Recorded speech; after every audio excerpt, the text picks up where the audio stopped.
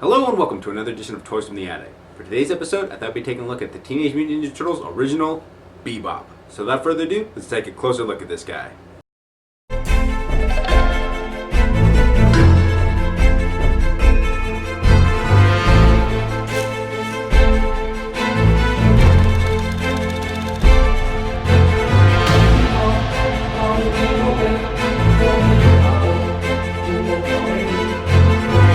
Bebop and Rocksteady are Krang and Shredder's two bumbling mutant henchmen, who are often deployed to steal vital and important pieces of technology or engage the Turtles in a fight.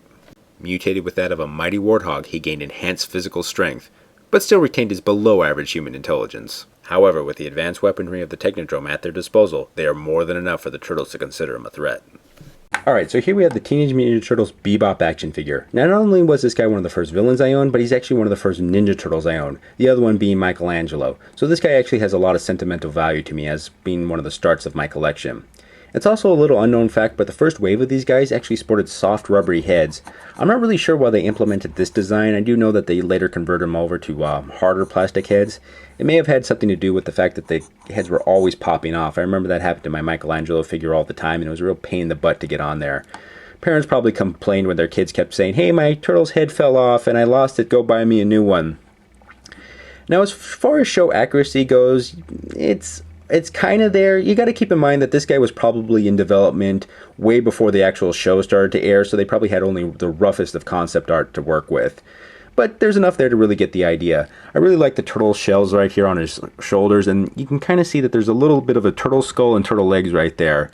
It would have been kind of nice if those were painted in as well, but if you get in one of the remakes of these guys, you could kind of customize it yourself. There's a nice little skull on his chest right here. You also get a little punk earring, and I love his glasses as well.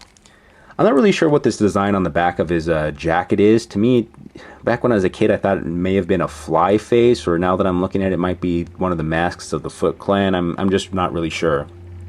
It's also nice that they went ahead and added this little piggy tail right here on the back.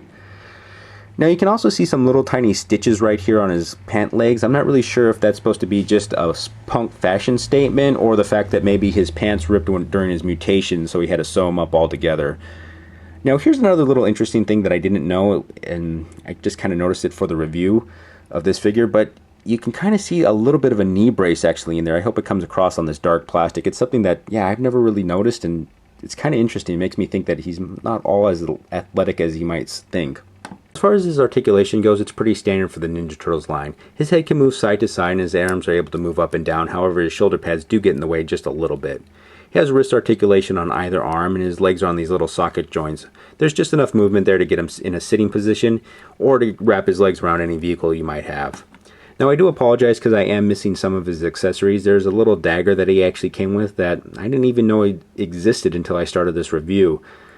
You got to keep in mind, I got this guy so long ago, I don't even actually ever remember opening him. I just kind of always had him. The other accessory that he came with was a trash can lid shield. Now, this isn't the original one that he came with. That one actually had a little split in the handle that made it so it could better fit inside his wrist, but it pretty much looked exactly the same as this. I think this one actually came with a Leonardo figure. The one little sad fact about this guy is his hands are made of a harder plastic, so they don't give as much when you're trying to get weapons in there. I've actually almost broken his little drill camera here several times trying to get it into that hand, and this is the only one that actually seems to fit in really well on. And speaking of his drill cameras, this is a weird little weapon. I'm not really sure if he actually took a camera and converted it into a drill, or this has always been a drill, but how many drills do you know that have like a little sight scope on the top? And if you kind of hide the drill part, it actually looks like a camera. It's just one of those weird little weapons. It kind of started the whole trend for the Ninja Turtles line. Although, considering the fact that he probably got this from Krang and the Technodrome, it could have been any number of things. Now, as far as guys go, I'm really happy that I have this guy in my collection. He's probably easily within my top 10 list of Ninja Turtles figures. Anyways, this has been a look at Teenage Mutant Ninja Turtles Bebop action figure. Once again, thank you for watching. If you enjoyed what you've seen today, please feel free to like, subscribe, share, or leave a comment below in the comment section. Any advice for the show will be greatly appreciated. Who knows, something you suggest may appear on the show in the future.